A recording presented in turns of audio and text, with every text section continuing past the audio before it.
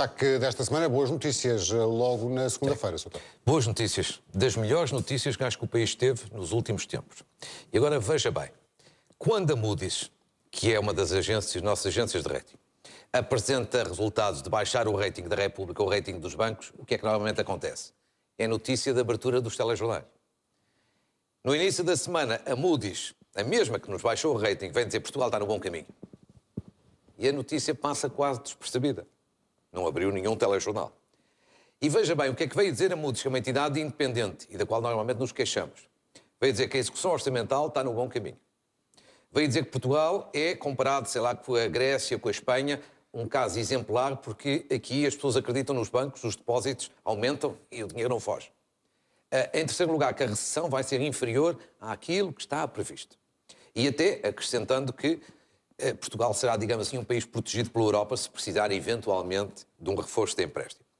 E portanto, isto é do melhor que pode haver para o país. Eu digo para o país porque toda a gente está a fazer sacrifícios. Agora, só um lamento. Como é que se nós desvalorizamos notícias tão importantes como estas? Como desvalorizamos, veja bem, duas outras coisas esta semana. O governador do Banco Central da Holanda, um país com uma grande ortodoxia financeira, veio fazer um elogio a Portugal na mesma linha da Moody's. E ontem, o ministro da Economia da Alemanha esteve aqui para tratar de investimento em Portugal e de eventual investimento de Portugal ou de empresários portugueses na Alemanha, e o assunto passou quase despercebido. Ou seja, nós temos uma tendência muito portuguesa, que eu acho um erro, que é de valorizarmos aquilo que é mau, aquilo que é negativo, e depois desvalorizar aquilo que é positivo. E isto eu acho que é pena porque são coisas como estas, de entidades independentes e que normalmente nos criticam, que, elogiando como fizeram desta vez, ajudam também a elevar a autoestima nacional, e isso eu acho que é positivo. Doutor, também ajuda a elevar a autoestima nacional os resultados do relatório da UTAU, da Unidade Técnica de Apoio Orçamental, que hoje se conheceram, que aumentam para o dobro, num erro para o dobro nas contas do Estado. Uma derrapagem, apesar do Primeiro-Ministro dizer que isto não vai afetar em nada as metas. Como é que isto é possível? E tem razão, sabe. Eu também fiquei surpreendido ao princípio da tarde, mas informei-me e fui mesmo ler e depois pedir duas ou três explicações, e vou-lhe dizer, isto é uma chamada tempestade num copo d'água. Tempestade num copo d'água, porque é assim, primeiro refere-se às contas do ano passado e não deste ano. Segundo lugar, é um erro, sim, é um erro, digamos assim, quase contabilístico, porque é um erro nas parcelas, mas não afeta o resultado final, porque é uma verba que está numa parcela, quando devia estar classificada noutra, é, portanto, corrigir, tirar de uma para o outro lado, mas o resultado final é o mesmo. Ou seja, eu vi até comentários políticos, hoje, a dizer isto é uma coisa monumental. Eu acho que alguns políticos em Portugal nem sequer estudam, nem sequer leem. Não admira que eu hoje tivesse visto um deputado a dizer que isto é um erro colossal, que era o mesmo deputado que no 25 de Abril, você lembra-se, tinha dito que não sabia quem era o último primeiro-ministro da ditadura e o primeiro da democracia. Portanto, também não admira que depois não leiam os relatórios. Ou seja, uma tempestade num copo d'água. Bom, depois de 30 horas de negociações duras, aparentemente, entre o Estado e as autarquias, a semana também ficou marcada por um acordo. Acabou a guerra que estava num crescendo já há algum tempo entre o Estado e as autarquias, a Associação Nacional de Municípios? Diremos que foi um momento de distensão. Resta saber como é que é no futuro. Claro, já lá vamos. Diremos que municípios e governo fumaram o cachimbo da paz depois de meses e meses aqui de controvérsia e de polémica. O que é que se pode dizer que é mais importante para, tirando a parte mais política, do conteúdo do acordo? Eu acho que o acordo é positivo. É positivo naquela perspectiva. Há dezenas de municípios que estão à beira da ruptura financeira. E havia que resolver este problema. E, portanto, é criada uma linha de crédito de 1.000 milhões de euros, que o Governo põe à disposição, mas depois exige contrapartidas. Estes municípios, digamos assim, quase à beira da falência, vão ter que apertar o cinto. Taxas máximas no IMI, taxas máximas na derrama, mesmo taxas elevadas, tipo água, saneamento e tudo isso, porque é a mesma filosofia Paulo Capitólio que impôs a Portugal. Nós damos-vos dinheiro, vocês estão à beira da bancarrota, mas têm que apertar o cinto. Agora faz o Governo com os municípios. Eu diria que não havia alternativa ao ponto a que se chegou. Agora convém, evidentemente, evitar que estas coisas se repitam no futuro, e a sua questão era o futuro. Sim, sim, que não há sanções para quem... Exatamente. E essa é a questão que eu acho que falta ainda tratar. Não há garantias que as coisas não voltem a correr mal. Essa é a parte que eu acho que ainda falta ainda tratar. Está resolvido este problema, mas é preciso evitar que ele se repita daqui a uns anos. E eu acho, a esse respeito, eu sou bastante radical. Muito radical. Eu sou um defensor do poder local. Mas eu sou o mais possível contra as pessoas que não gerem bem e que têm que ter sanções. Pois bem, eu acho que só há uma sanção, Paulo, que é esta. E acho que o Governo, mais dia menos dia, tem que ter a coragem de aprovar. Que é esta, é criar regras apertadas para o endividamento. Quem violar o endividamento, qual é a sanção? Perda de mandato. Perde o mandato. E isto acho que de hoje a amanhã se deve aplicar a governantes locais, a governantes nacionais e até a empresas públicas. Claro que alguns vão já criticar-me, que são os chamados caloteiros tradicionais, vão já criticar-me a dizer que eu sou um centralista. Não. A autonomia do poder local é gastar aquilo que se tem. Não é gastar aquilo que se tem e aquilo que não se tem. E essa é a parte que eu julgo que é uma omissão ainda a preencher. Outro tema, um tema que está a preocupar milhares de pessoas e de que se tem falado muito, as pessoas que têm dificuldades com a crise que vivemos em pagar os empréstimos à casa. O crédito à habitação. Houve uma decisão, aqui há umas semanas, do Tribunal de Porto Alegre, que foi inédita, está lembrado dessa questão. Há uma proposta do PSD e há propostas dos outros partidos. Esta proposta não é muito assistencialista. Existe. E você introduz bem, porque esta é uma questão capital. Capital. Como nós sabemos o que é que está a acontecer com o desemprego, com as dificuldades financeiras, famílias contraíram o crédito à habitação e agora estão com dificuldades em pagar. E este é um problema sério, que a Espanha já tentou resolver, que o Tribunal de Porto Alegre, como você disse bem, já tomou algumas decisões, e agora vai haver um debate muito importante na Assembleia da República de amanhã a 8 dias, dia 8. Há projetos de alguns partidos, parece que ainda vão apresentar outros, o Bloco de Esquerda, o PS já estão a apresentar, e outros irão apresentar ainda. O PSD apresentou esta semana um projeto que deu mais barato e que, porventura, é aquele que é mais importante analisar. Porquê? Porque, tendo o apoio do Governo, vai ser aprovado. Com mais alteração, menos alteração, vai ser lei. Eu acho que isto passou, apesar de tudo, um bocadinho despercebido, e eu acho que trouxe aqui os células mapas, está a ver? Sim. Um bocadinho para mostrar às pessoas, porquê? Porque isto vai ser muito importante para milhares de portugueses. Para muitos milhares de portugueses. Com dificuldades em pagar a casa. Exatamente. Pois bem, isto é um projeto, são 2 projetos, mas que, descodificando no essencial, tem 4 soluções possíveis, em alternativa, quer dizer, que podem ir sendo utilizadas. A causa é sempre a mesma, falta de recursos para pagar o empréstimo. Qual é a solução, chamemos-lhe assim, regra que estabelece o projeto? É renegociar o contrato. A pessoa que tem o empréstimo vai ao banco e renegocia. Quais são as regras essenciais? Pode ter mais prazo o contrato, pode ir até aos 75 anos da pessoa. Pode ter uma carência de capital de 6 meses a 4 anos. O que é que isto significa? Durante este período de tempo, que pode ir até 4 anos, paga juros, mas não paga capital. Terceiro, uma limitação do spread a 0,25%, que hoje em dia são spreads fantásticos, não se praticam, é a margem que os bancos têm. Ou então, ainda em alternativa aqui, uma redução parcial da dívida, até 25%, se o banco preferir. O banco pode dizer, não, em vez disto, vamos fazer uma redução parcial da dívida, que é bom para as pessoas. Agora, esta é a solução regra, e que é muito positiva. Agora, imaginemos que mesmo assim a pessoa não tem rendimentos, ou seja, esta solução não dá. O projeto prevê uma segunda medida, que é trocar a casa que se tem por uma casa de valor mais baixo. E, portanto, automaticamente há uma redução da prestação ao banco. É uma alternativa. Mas vamos imaginar ainda uma solução limite. Mesmo assim, é uma pessoa mesmo sem posses, com terríveis dificuldades, mesmo assim não dá. Ainda há uma terceira hipótese, com inteligência, que o projeto prevê, que é entrega a casa ao banco, extingue a dívida, mas passa a ficar como inquilino. Passa, digamos assim, de proprietário a arrendatário.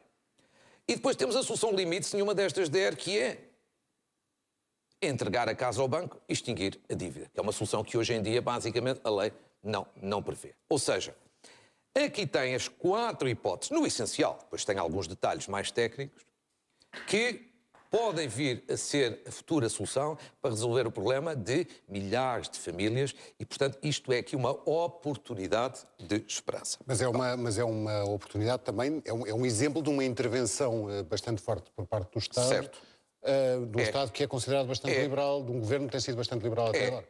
Para quem se considerar muito liberal, não vai propriamente adorar este projeto. Portanto, é contraditório em relação ao que... Para quem, como eu, não é assim tão liberal quanto isso, porque entendo que o Estado tem uma dimensão social, eu, no essencial, concordo com este projeto. Mas atenção, com dois reparos mesmo assim. Um primeiro reparo é este. Isto é bom para as pessoas. São menos encargos para as famílias, mais encargos para os bancos. Atenção, tem que ser com equilíbrio.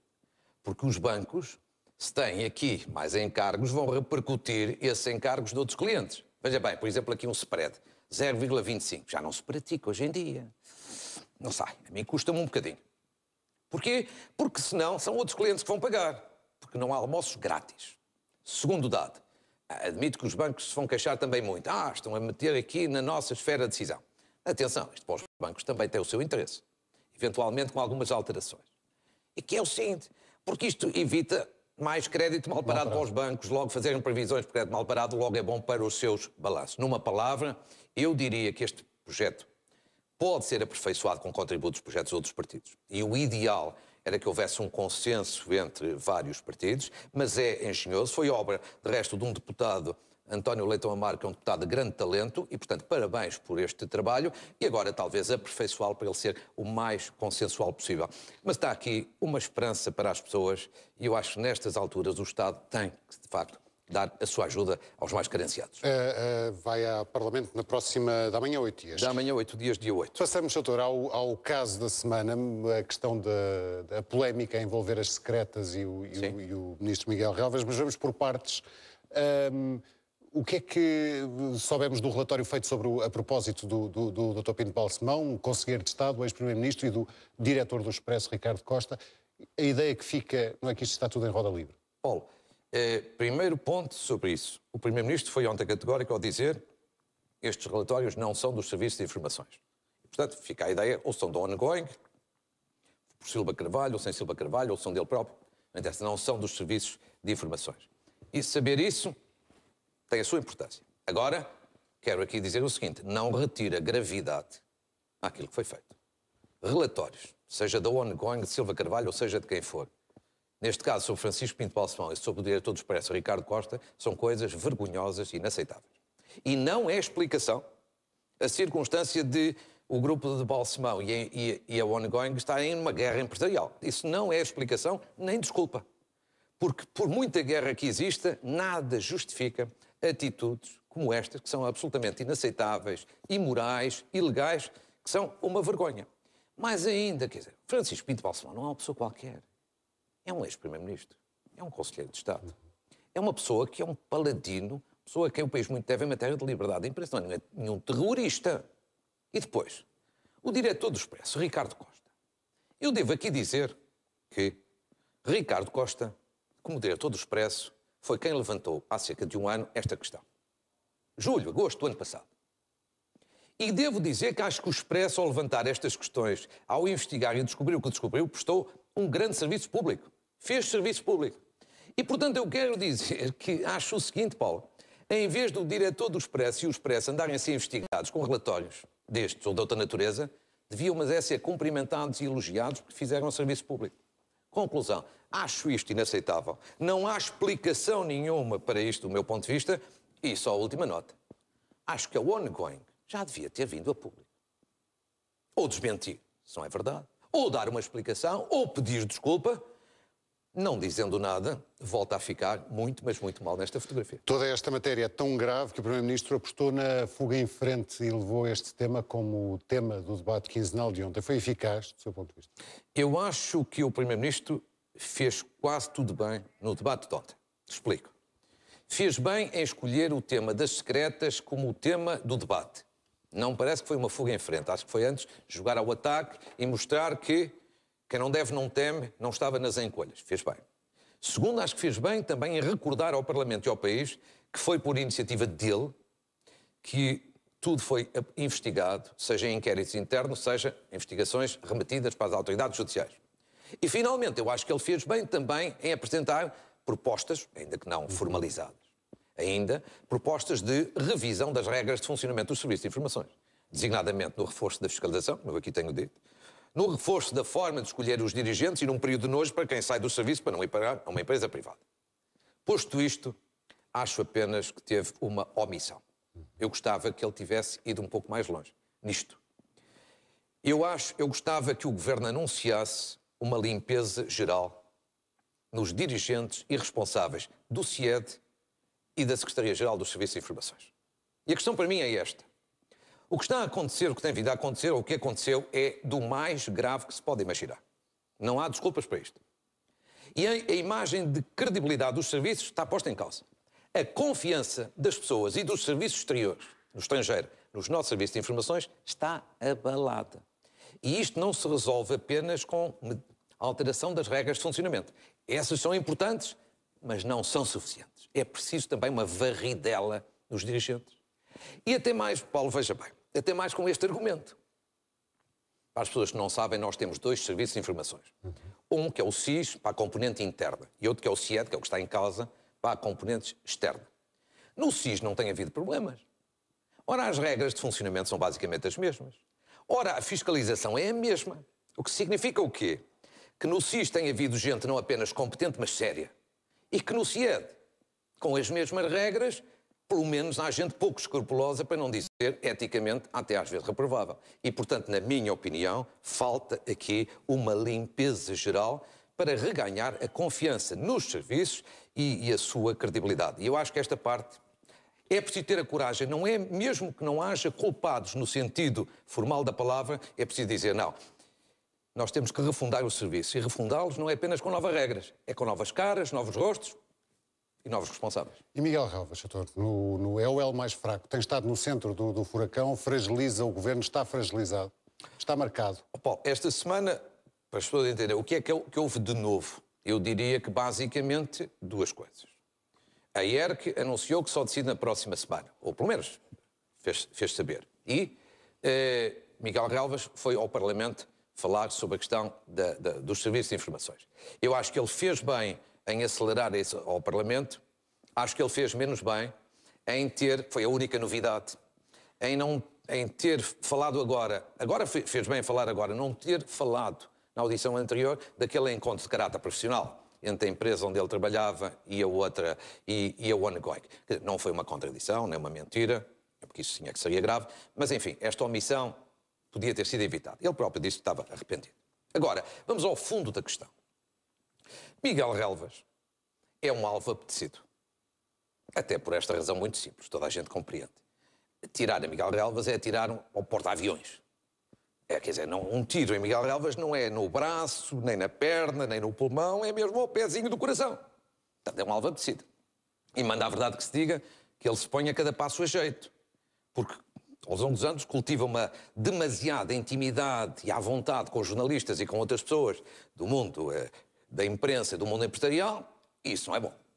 Agora, posto isto, perguntar-se-á, mas de que é que realmente ele é acusado? Vamos ser objetivos. Ele é acusado, primeiro, de pressões ilegítimas sobre um jornalista ou uma jornalista. Sobre isso, temos que aguardar a decisão da ERC, porque não chega a falar, é preciso provar. A segunda acusação é de ter reuniões e relações com Jorge Silva Carvalho. E a esse respeito eu gostava de ser muito direto, que é talvez o ponto nevrálgico.